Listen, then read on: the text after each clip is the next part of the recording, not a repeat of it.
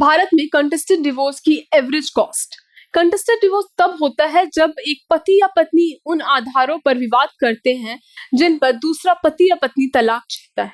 इसमें लंबी कानूनी लड़ाई शामिल होती है क्योंकि प्रतिद्वंदी पति या पत्नी एलिमनी, चाइल्ड कस्टडी, संपत्ति के बंटवारे आदि जैसे मुद्दों पर विवाद करते हैं।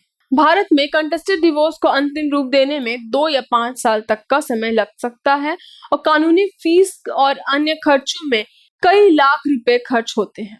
लंबे समय तक चलने वाले झगड़े दोनों पक्षों के लिए भावनात्मक आघात और वित्तीय कठिनाई का कारण बनते हैं। नमस्ते और लॉ नानो में आपका स्वागत है।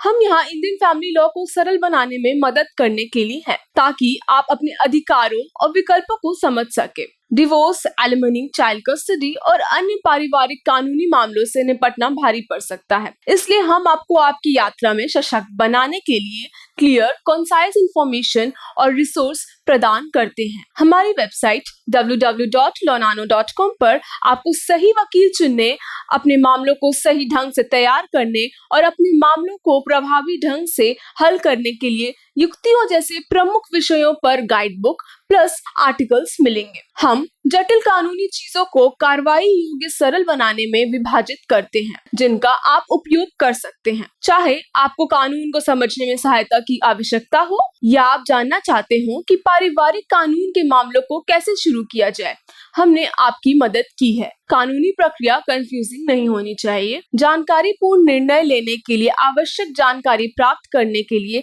आज ही हमारे वेबसाइट पर जाएं। आरंभ करने के लिए बस नीचे दिए गए वीडियो विवरण में दिए गए लिंक पर क्लिक करें। अब आइए इस उपयोगी वीडियो के शेष भाग को जारी रखें। कॉस्ट को प्रभावित करने वाले प्रमुख कारक।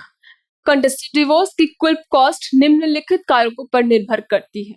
मामले की जटिलता, प्रमुख संपत्तियां, चाइल्ड कस्टडी, डोमेस्टिक वायलेंस पर विवाद वाले जटिल मामले अधिक समय लेते हैं और कानूनी खर्चे भी काफी ज्यादा होते हैं। सरल मामले आमतौर पर काफी कम कॉस्ट लेने वाले होते हैं।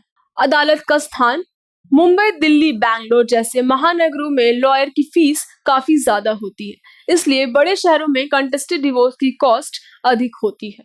अदालती सुनवाई की संख्या, जितनी अधिक सुनवाई होगी उतनी ज्यादा लॉयर फीस और अन्य खर्चे होंगे। जल्दी सुलझने वाले मामले स्वाभाविक रूप से कम खर्च लेने वाले होते हैं। सीनियर प्रतिष्ठित लॉयर की नियुक्ति, सीनियर लॉयर या दर्शकों के अनुभव वाले लॉयर अधिक पेशेवर फीस लेते हैं। इन टॉप लॉयर को रखने से कुल डिवोर्स कॉस्ट में काफी वृद्धि हो जाती है। आजीवन निर्वाह के दावे, अगर पत्नी हाई एलिमनी भुगतान का दावा करती है तो यह खर्च को काफी बढ़ा सकता है। बातचीत से एलिमनी की कॉस्ट कम होती है। भारत में एवरेज कॉस्ट का अनुमान।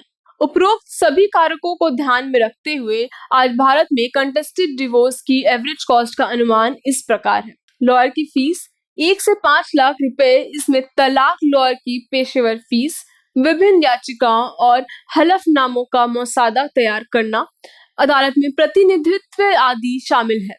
शीर्ष फर्मों के वरिष्ठ लॉयर उच्च अंत पर शुल्क लेते हैं।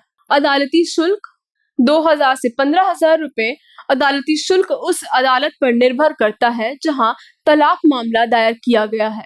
निचली अदालती में कंटेस्टेड डिवोर्स के शुल्क कम होते हैं, उच्च न्यायालय अधिक शुल्क लेते हैं। आजीवन निर्वाह कॉस्ट 15 लाख रुपए तक पत्नी द्वारा आजीवन निर्वाह, भरण पोषण और बच्चे के समर्थन के लिए किए गए किसी भी विवादित दावे से कुल कॉस्ट में बहुत वृद्धि हो सकती है। सहमत आजीवन निर्वाह कॉस्ट में कम होता है।